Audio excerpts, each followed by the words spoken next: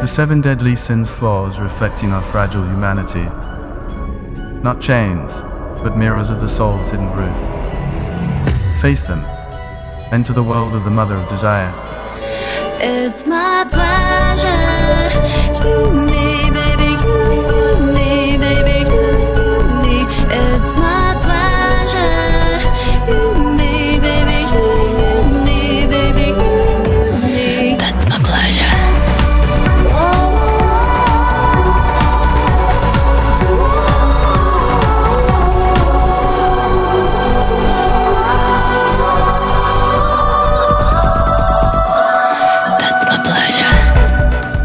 Good day, old friends. It's Carla. It's been an age, innit? Today, I'm truly thrilled to dive into a proper masterpiece with you lot. A piece that's a stunner for the eyes and ears with deep philosophical themes tucked in, well worth a ponder.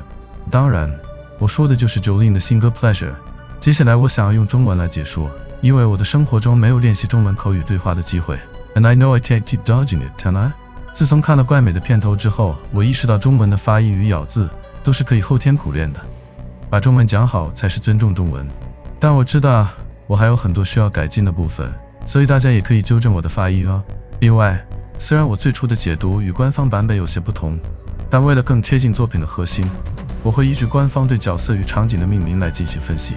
根据我的调查，我发现这部 MV 的隐藏彩蛋比我预想的还要多很多，有的甚至足以颠覆你对这整首歌曲的看法。真的很想让你知道为什么我认为这部 MV 是标志性的神作。所以大家一定要看到最后哦！话不多说，现在就让我们一起闯进这部 MV 吧。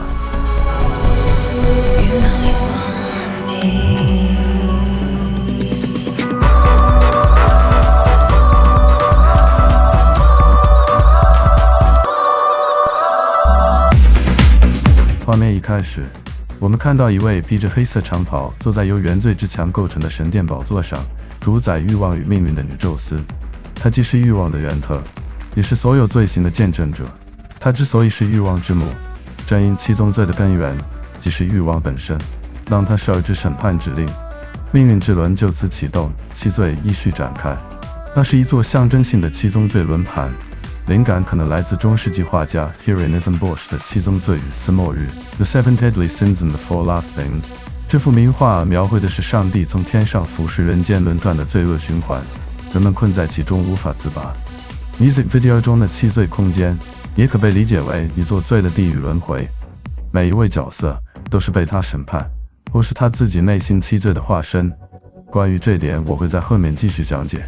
现在就让我们跟随欲望之母的视角，正式进入罪与月纠缠的七罪炼狱。在象征傲慢的段落中，蔡依林扮演一位不断雕刻自己肖像的自恋雕刻师。他雕塑出的自我神格化完美石像最终破裂，露出骷髅，象征虚荣之下实为虚无。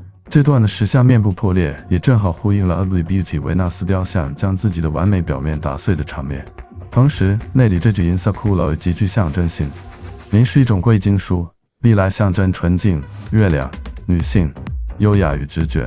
然而，与金相比，银的光芒较冷且反光性强。它不发光，而是反射他者的光芒，在心理象征上可解释为：一、缺乏自体光源，高度依赖他人目光认同；二、自恋者的内心写照，看似闪耀，实则空心。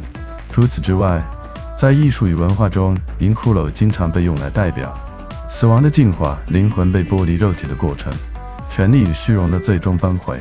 例如，英格兰第一位女王玛丽一世所传拥有的银质骷髅怀表，便是一件极具象征性的历史物件。这枚怀表以骷髅头部造型打造表壳，内部刻有拉丁文的死亡格言与圣经场景，被视为一件死亡提醒风格的代表作。它不仅象征时间的流逝，更传达出死亡的即时性与生命的序号，并且这段其实与开场的女宙斯形象互为镜像。这两种形象看似不同，实则都来自一种信念：我必须是神。这正是傲慢的核心，不愿承认人性有限，也正是失乐园中 Lucifer 的心理轨迹。堕落之前，他相信自己理应与神平起平坐。宙斯是对权力的极致追求，雕刻师则是对完美自我的强迫与执着。两者共同指向傲慢这一罪的恶魔象征路西法，那位因不愿臣服上帝而堕落的天使。女宙斯与雕刻师虽是同一精神的两个面向，但雕刻师却因无法承受制造神格的重量而崩解。这里的银骷髅也直接预告了傲慢崩解之后会滑入下一个更现实层面的欲望罪行——贪婪。接着我们来到黑金深渊，九令与巫者在一池黝黑的液体之中，医疗点滴不再输送生命，而是灌注着一张张钞票，转化为一种资本输送系统，呈现出讽刺的意象：金钱即生命，现代资本社会的价值观，让钞票成为注入人体的养分。这说明我们早已将金钱等同于生命本身，为钱而活，因钱而动，没钱疾病。这是对当代社会金钱主义的犀利批判。2. 欲望上瘾的医疗化，钞票变成点滴，暗示欲望已经被内化为成瘾机制。这不是给予，而是输送贪婪的毒素，将人体变为贪欲的宿主。我们成了这场系统的病人，但也是自愿的接受者。浴池中的黑液不是水，不是血，而更可能是象征石油的黑金 （Black Gold）。石油之所以被称为黑金，是因为它如金子般珍贵，却不发光、不洁白，以黑暗之姿支撑着现代世界的运转。能源、工业、战争、经济，全都建构于它之上。若黄金是财富的象征，那么石油则是权力的根基。它不可饮不可触，但所有人都为它奋战、沉溺、腐化。对美国而言，石油不仅是经济命脉，更是国家扩张的血液。20世纪初，美国以开采石油而崛起，催生出洛克菲勒的石油帝国。随着二战与冷战结构的建立，美国透过中东石油输出，美元与石油挂钩，将石油变为金融与军事的杠杆。石油成了帝国的循环系统，灌注、交换、剥夺，再输入。因此，这只黑夜不只是物质，它是一种欲望的深渊，能提供温暖，也能引爆战争，能滋养荆棘，也能腐蚀灵魂。这里没有纯粹的受害者，也没有真正的掌权者，只有一套早已渗透进血液与呼吸的欲望机器。审判与服从，操控与沉迷，都在这片黑色中悄然更替。当音乐首次进入副歌，天窗敞开，一场纸钞风暴自上而下倾泻。It's my pleasure. You me, baby, you me, baby, you me. It's my pleasure. 这一幕完美融合整首歌的概念，欲望不是罪恶，而是人性最原始的力量。That's my pleasure. 九令与舞者伸出手，争抢着飘落的钞票，宛如陷入集体的狂喜与竞夺，而他们的身上、地面之上，沾染上从资本体系渗出的养分，一边滋养着欲望的蔓延，一边腐蚀着人的本质。每一张钞票不再只是金钱，而像是某种交换条件，你抓住它，就失去某部分自己；你越拥有它，就越深陷于其中。这一幕正是对马门的视觉化召唤。马门是西方神话与宗教传统中掌管财富与贪婪的堕天使，他不以武力征服，而以金钱收买灵魂。他不是血腥的恶魔，而是温柔的引诱者。他提供繁华，索取忠诚；他给予机会，收走自由。在圣经中，耶稣曾说，一个人不能侍奉上帝，又侍奉马门。这不是对金钱的否定，而是对金钱主宰一切的警告。在这个场景中，九令不是单一角色，而是象征性的欲望之气。他一方面是吸取钞票的行动者，一方面也显露出一丝犹豫与疲惫。当你在泥淖中捞取金块，你也正将自己往更深处拖去。而舞者们的存在不只是陪衬，而是集体社会的投射。我们都在抢夺有限的资源，互为敌人，又互为镜子。马门从未现身，却始终在场。他不是每一个人，而是这个系统本身。同时，这段也正好呼应了Play视钱如命的拜金皇后。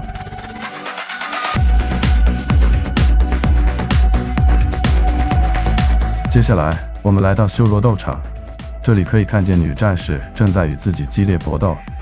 萨麦尔，愤怒与死亡的堕天使，在犹太教与卡巴拉传统中，萨麦尔被称为上帝之毒，代表死亡、破坏与审判。他被视为行军者、天之裁判者，是最冷酷、最残酷的审判力量。在卡巴拉与光辉之书中，萨麦尔被描述为站在怒火与破坏边缘的天使，在其中扮演正义与残酷平衡者的角色。在这里，愤怒不再是对外的发泄，而是内在情绪对自我的撕裂，不是在杀死他人，而是试图终结那个被怒火吞噬的自己。这段也正好呼应了 Ugly Beauty 的各种与自我对抗的场面。但更重要的是，我曾经和大家说过，九令曾在2012年亲自写下一首歌曲，而内心深处那由压抑愤怒而生的红色心魔突藏在歌词里面。红色心魔是9令具象化的愤怒，而在2018年的 Ugly Beauty 专辑中，红色心魔甚至被更进一步地描绘成了由愤怒而生的红衣女士。她身上武装的红色不只是沾染一身的鲜血，更是燃尽一切的火焰。关于这位红衣女士，我会在之后的另一部影片里专题介绍她。今天还是让我们把重点放在 Pleasure。接着我们来到睡美人的混乱梦境，白色床铺堆叠如山，象征的恶魔是贝尔芬格。在基督教魔鬼学中，贝尔芬格被视为7宗罪之一，怠惰的代表。他是死气沉沉的力量，常被描绘为坐在马桶上的恶魔，象征人的舒适堕落。根据德国主教 Peter Binsfeld 的记载， Belphegor 以怠惰引诱人心，甚至提供安逸不作为的诱惑。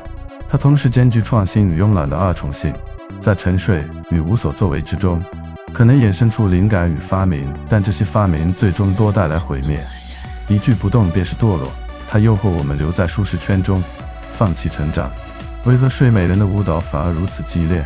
根据官方对这一场景的命名，我们得知这段舞蹈发生在睡美人的混乱梦境之中，揭示了潜意识的挣扎。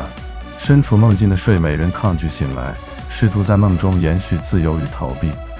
这种激烈舞蹈可视为对隐蔽现实的反射，一种对现实压力的无意识反抗，通过肢体的极端表达展现内心深处的冲突与渴望。更进一步，舞蹈在梦境中的爆发或许指向更深层的心理动态。懒惰作为生物本能，驱使人寻求舒适与静止。然而，人类的理性与社会期待却不断抗衡这一本能。当睡美人深陷梦境的躺平状态，她内心的矛盾被放大，渴望停滞的欲望与必须行动的压力激烈碰撞。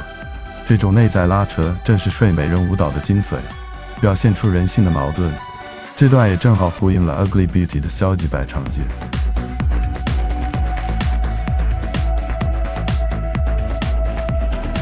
接下来我们来到本片中最令人震撼的一幕，高位女祭司所主宰的万人祭坛。在这场欲望仪式中，女祭司站在祭坛之上，背后是密密麻麻集体释放欲望的裸体万人墙。这是一场将人性最深层渴望公开展演的神秘仪式。她举手投足都像在指挥某种古老的召唤，节奏与肢体阵型精准的如宗教仪式，一呼百应，宛如置身一座欲望地狱。这里我接着带大家一层层抽丝剥茧，根据已知资料来查核她的真实身份，因为这个角色大有来头。她不但是这整首歌曲的核心，更是一切的根源，也是这部作品存在的缘由。首先，这一章所象征的7宗罪对应恶魔是 Asmodeus， 他被视为色欲之王，也是地狱的 Prince of Lechery。他的罪不仅在于沉溺肉体，更可怕的是对他人欲望的控制与操纵。在中世纪的恶魔学中，阿斯摩泰经常是欲望的系统设计者，他挑起情欲，让人因欲望而毁灭。这正是我们在本作看到的景象。女祭司站在高处，超然地引导万人陷入欲望的漩涡。显然不只是单纯的司仪，她本身即是欲望的具象，是奥斯摩泰的延伸，是他的全能代理者。然而，如果我们进一步对照神话中的线索，可以发现，这位女祭司其实还隐藏着更深层的身份，她极可能就是 Asmodeus 的伴侣 Lilith。在 Pleasure 第一句主歌便开宗明义 ，She's not a serpent， 她不是蛇，却在黑夜中如影蛇行，渗入你心。这里绝非偶然之词。She's not a serpent， 乍听像是辩解，实则是对神话的深度引用与反转宣言。这句话所指的她，可能正是创世中被放逐出伊甸园，后来才以蛇形回归的莉莉丝。根据犹太神秘学与恶魔学的记载，莉莉丝是最早的女性原型，是亚当的第一任伴侣，与他平等诞生于尘土，却因拒绝顺从而自愿被放逐于伊甸园之外。在那个时候，她还不是蛇。蛇使她在失去名字、被宗教污名化之后，被重新塑造为诱惑与堕落的化身。莉莉丝最终蜕变为夜之女王，化身为象征女性欲望、自由与叛逆的恶魔，不只是色欲的象征，更是自主欲望的女神。蔡依林用这样一句看似简单的歌词，就将 Pleasure 与莉莉丝的核心精神、欲望的主体性、女性的主权性深深细节在一起。她不是蛇，不是罪友，她是被误解的，她是忠于愉悦，也忠于欲望本能的存在。后来的神话中，莉莉丝与阿斯摩泰结为伴侣，共同象征着欲望的煽动与操控，是掌管人类色欲与诱惑堕落的魔性结构。本作的女祭司整体定位也与莉莉丝的神话形象高度重合，她不只是欲望的执行者，她是欲望本身，她是那个从创世神话中出走的女性原型，如今回到祭坛之上，冷冷看着人类如何为爱、为肉体、为快乐而倾倒在她脚下。她的存在挑战了宗教对于性与罪的传统定义，转而将愉悦升格为一种神圣体验，只不过那是地狱的神圣。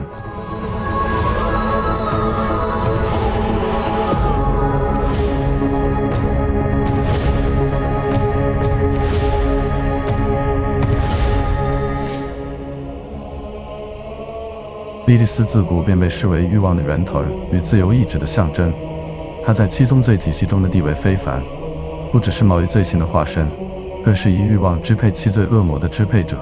首先，阿拉伯与犹太传统皆记载阿斯摩泰与莉莉丝为伴侣，共同掌控人类的肉体与情欲诱惑，常被称为阿斯摩泰的王后和共治者。接着，在西班牙的科巴勒经典 Treatise on the Left Emanation 中，莉莉丝被描写为代表愤怒的萨马尔的妻子，他们一起从天之宝座衍生，成为一对镜像天使，并且莉莉丝的神秘学关系甚至延伸到代表傲慢的路西法身上。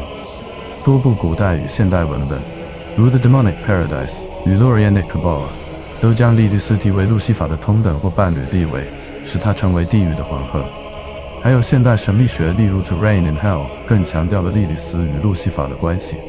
剩下的四宗罪虽未直接与莉莉丝连结，但她在魔性系统中地位高层，是所有欲望原罪的生母和主宰者。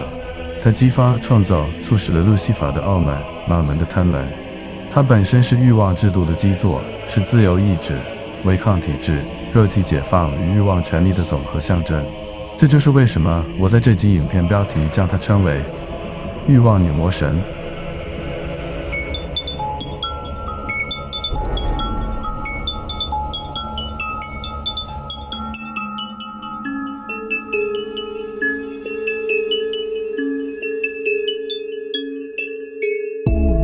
最高阶欲望的掌控者，权力的控制者。神话里欲望意义最终与最初之存在，无论是人是神是魔，皆有其欲望，而他即是欲望本身。细思极恐的是，九令代言的暗黑破坏神似的魔王正是莉莉丝。他不但扮演过莉莉丝，还将《恶之必要》这首丰溢恶念的歌曲献给了莉莉丝。在神话中，夜之女王被不同时代与文化以不同形象来表达。在莫扎特的《魔笛》中是反启蒙的夜后，但在更深远的近东与犹太传说中，莉莉丝才是真正原初的夜之女王，拒绝降服，掌控夜的命运。早在2015年的 MoMA 舞台上，她就将自己带入 Queen of the Night 之名，高唱代表愤怒的歌曲。我呸！但这次，她终于为这一切黑暗欲望谱写了一首乐章，忠于七情，拥抱六欲，欲望女魔神就此苏醒。我会在下集歌词解密继续解说这首歌曲为什么是欲望女魔神的乐章，但今天还是先回到 music video。 接着我们走到全片的终章，当命运之轮停下来，女宙斯凝视荧幕，伸出食指直指你我。这一瞬是全片的镜头转向，将所有罪孽的审判交还给观众。这一指不只是呼唤，是终极的拷问与对峙。此刻对应的恶魔是混沌深渊之海的巨兽，七宗罪中的极度之主。根据基督教神学与中世纪恶魔列传，利维坦是被视为海的深渊与混沌的化身。像利维坦这样的巨兽，象征着一种难以察觉、潜伏于内心深处的腐蚀力量，不耀眼，却能逐渐吞噬灵魂，那就是嫉妒。这段也点出了这部作品丢给观众的最终哲学考题，那就是嫉妒不是一场戏剧，而是观看者的堕落。我们原以为自己是观看者，欣赏蔡依林在七宗罪中穿梭对抗救赎，但当命运之轮最终停留在嫉妒，而它冷静地指向荧幕前的你我，这一指犹如一面镜子，映出我们自己内心那只未曾承认却早已存在的利维坦，那源自比较、竞争、匮乏而生的暗流。事实上，这一切早在蔡依林亲自写下的歌曲《Beastone》就已悄然埋下伏笔。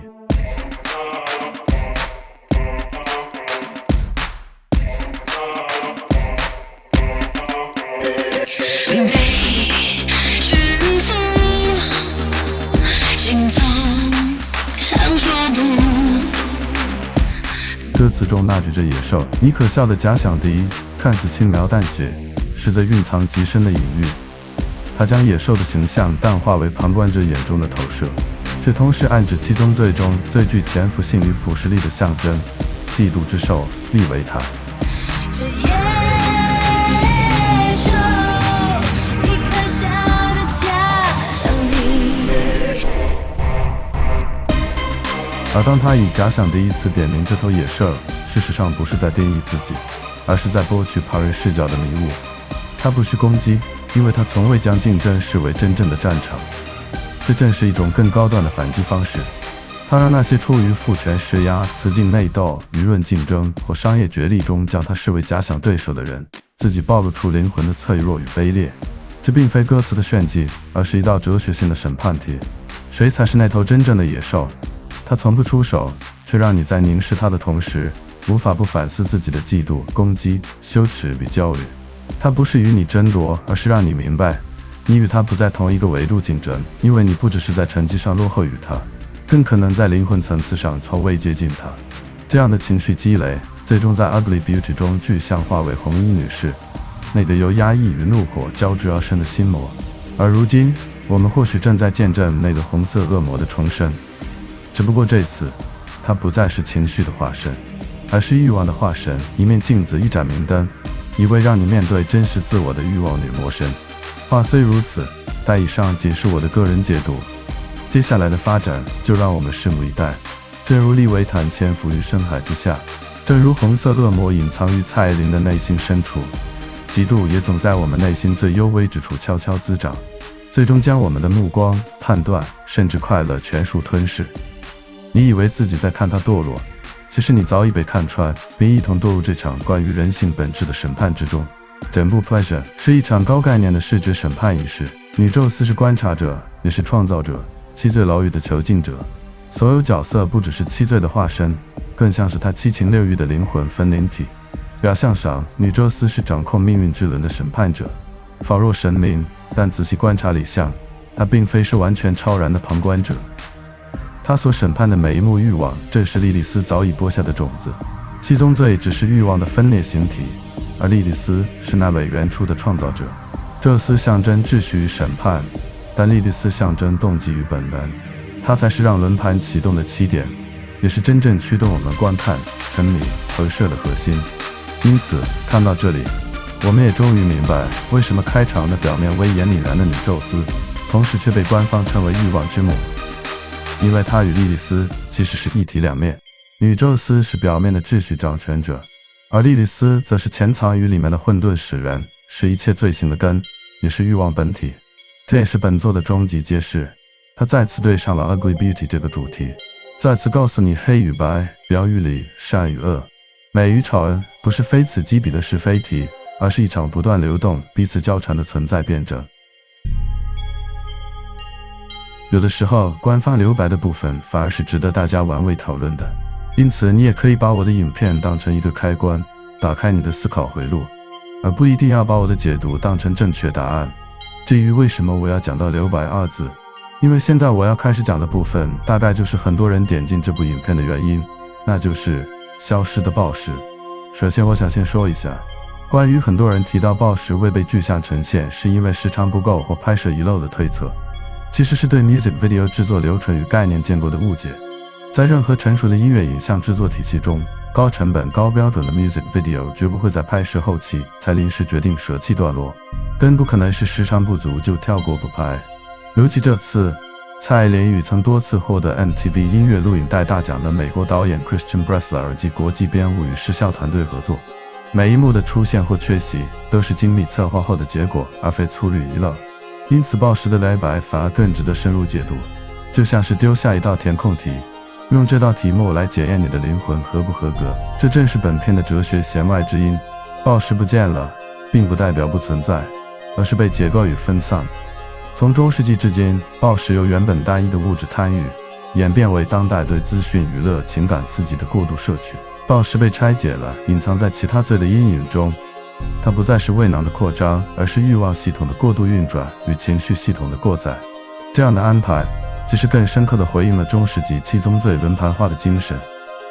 七罪并非割裂存在，而是一个相互滋养、彼此催化的闭环。暴食不缺席，而是以当代消费主义与精神饥饿的新样貌渗透在整个作品的每个角落。最后 ，music video 提出的问题也不再只是七宗罪，而是在观看的同时，我们是否也在放纵、沉迷、吞噬着自己无法控制的欲望？为什么你要与别人比较呢？为什么你要让自己陷入竞争地狱呢？对，我就是在说你，请不要再觉得你自己永远是不容置疑的，有问题的都是别人。如果你是蔡依林的粉丝，你更要知道比较这件事是毫无意义的，千万不要把别人视为假想敌，否则相信我，你最终只会陷入嫉妒的深渊，吸引更多的仇恨力量，最终沦为连你自己都讨厌的模样。因为暴食指的正是你这一路上吃相的难看。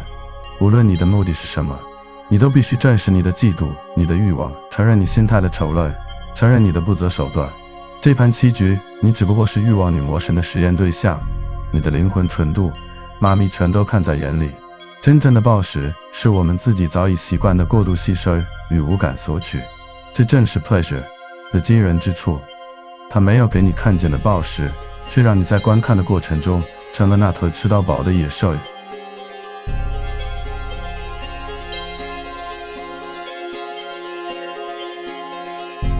接下来我想开启久违的平反模式，这段可能带着更多个人看法，而且还包含累积一段时间的心情分享，所以接下来的部分请斟酌观赏。首先，最近我发现连少数粉丝都会拿 Pleasure 与上张专辑《怪美的》相比，并以歌词探讨的议题不如怪美的就判定 Pleasure 质量低于怪美的，这一点我想要严重平反一下。从2006年蔡依林首次掌控自己的风格开始，她就一直在走一条越来越危险道路，越来越不讨好的造型，越来越实验性的音乐，甚至在 Lady Gaga 都还没有大红的2007年，她就已经在用极端的造型来宣扬美的多样性，她就已经用爱无赦来铺藏平权意识。要知道，她可是一位身在父权社会的华人歌手，这么做对她而言的质押风险当然是更大的。特别是亚洲父权社会总是期待女性应该要学会讨好男性，懂得用甜美可爱的形象去迎合广大男性族群的胃口，期待女性应该乖顺听话，而不该有太多自己的主见，不该有太高的权利，懂得装萌卖乖，讨男性开心才有糖吃，男性才是主导者，女子无才便是德。但她偏不走这一套，而且她将近20年来非常努力地利用自己的影响力来替所有女性与少数族群拆掉这一套。她很常为了别人而创作，为了改善世界而创作。每当她上台领奖，她总会把功劳归给别人。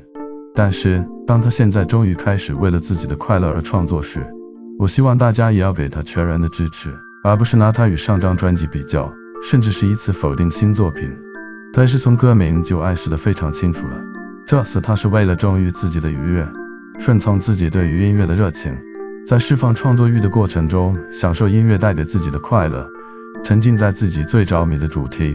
她并没有欠这个世界什么，而且这将近20年的用音乐改善世界之路，她做的也已经够多了。所以如果你真的是她的粉丝，就请不要再用各种概念绑架她。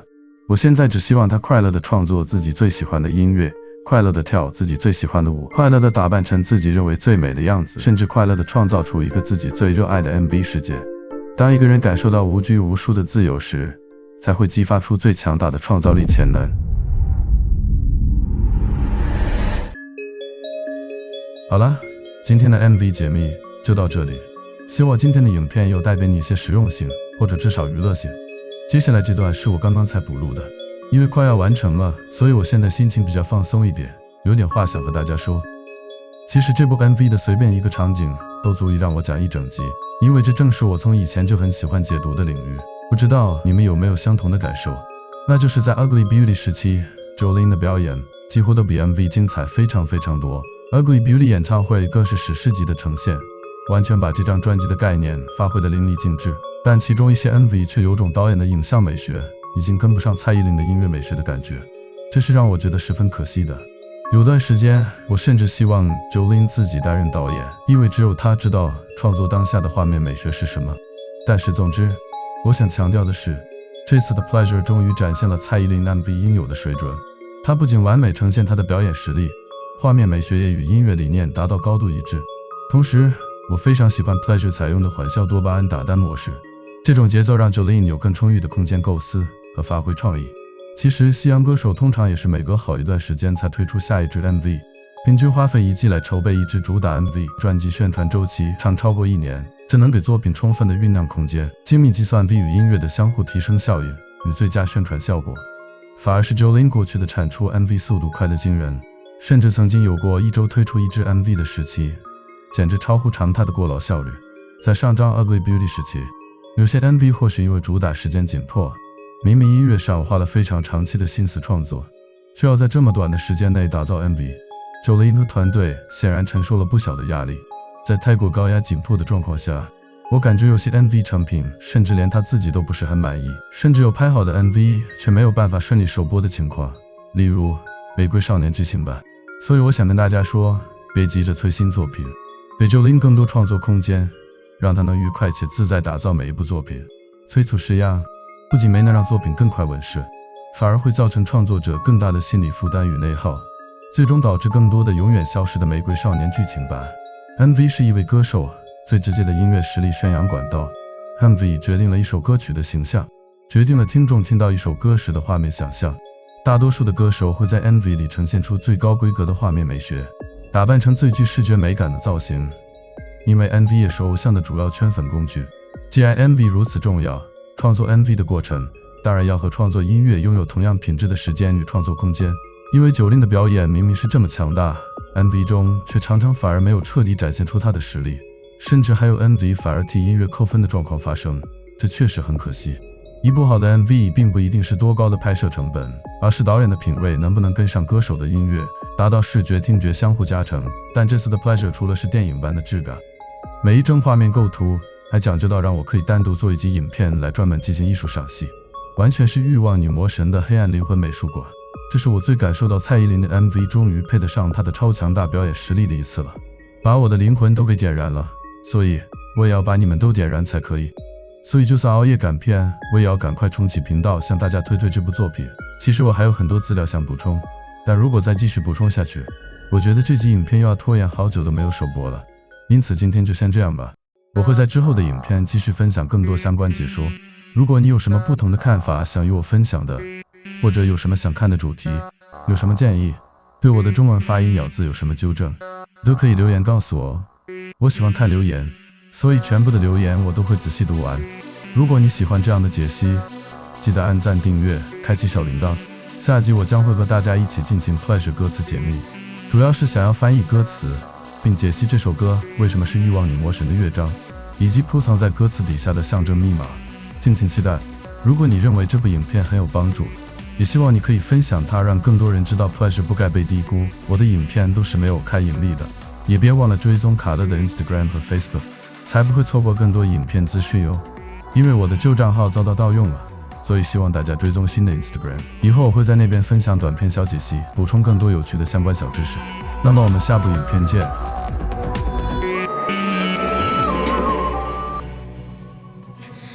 It's my pleasure, you made